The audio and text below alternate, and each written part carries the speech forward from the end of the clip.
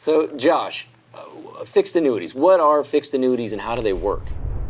One of the key features of fixed annuities is it grows tax deferred. So they may be for retirees or pre-retirees that really don't need the interest. They don't need the income.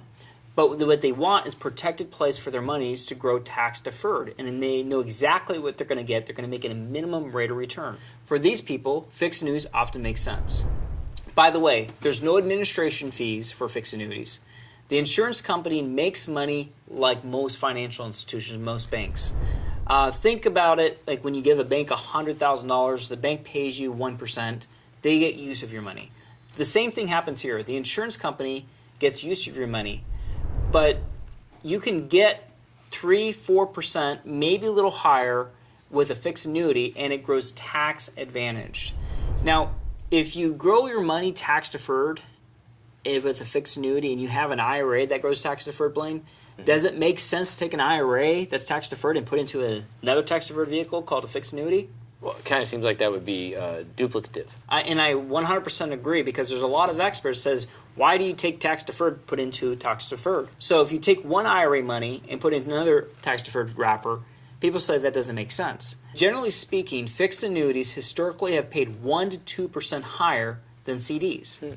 And with CDs, you can draw that money from contract before it matures. There's a penalty. Right. Generally speaking, you can take 10% out of fixed annuity contracts without a penalty. Fixed annuities are going to have different maturity dates.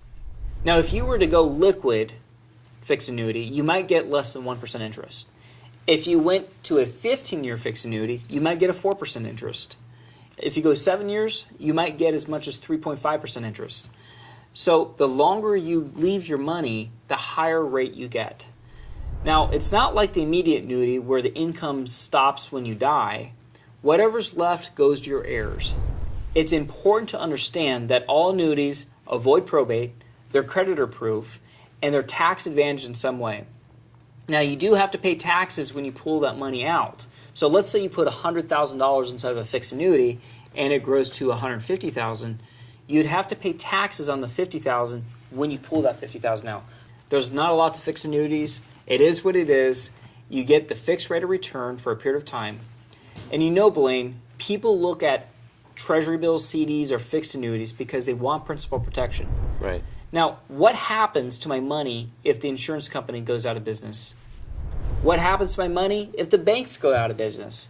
It's very important to understand that if you're looking at an annuity, whether it's an immediate annuity, a fixed annuity, or NextGen annuities, you're going to want to make sure you know you can depend on this. Right. And you want to know how it's protected.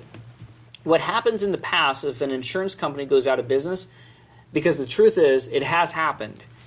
It's been very rare, but even when those cases, not one time in history has someone lost money, even in the Great Depression, with fixed annuities. And to give a quick example of that, by law, these highly rated insurance companies must keep dollar for dollar in reserves, where banks are able to leverage their money. A lot of times they can leverage it 9 to 1. By law, these highly rated insurance companies are required to have surplus capital. That means they have their own money backing it up. And most times, these companies have what we call reinsurance. They're protected, meaning they have a legal reserve system. So it's an insurance company for insurance companies. That's correct. Now, most companies have reinsurers to be able to protect them simply because they want to make sure their policy holders are taken care of. And that's what allows these companies to buy them out. So there's reinsurers in play. Like banks, they have a required legal reserve system, but they are not FDIC insured. It's hard to find one annuity contract that has it all. Opportunity for growth, low fees, guaranteed income. I wish they had it all in one, but the point being is this. If it's done right, some significant advantages of fixed annuities as part of an overall approach. And what NextGen does is it takes the best from each type of annuity and rolls it into a comprehensive strategy for reliable income, protected growth opportunity.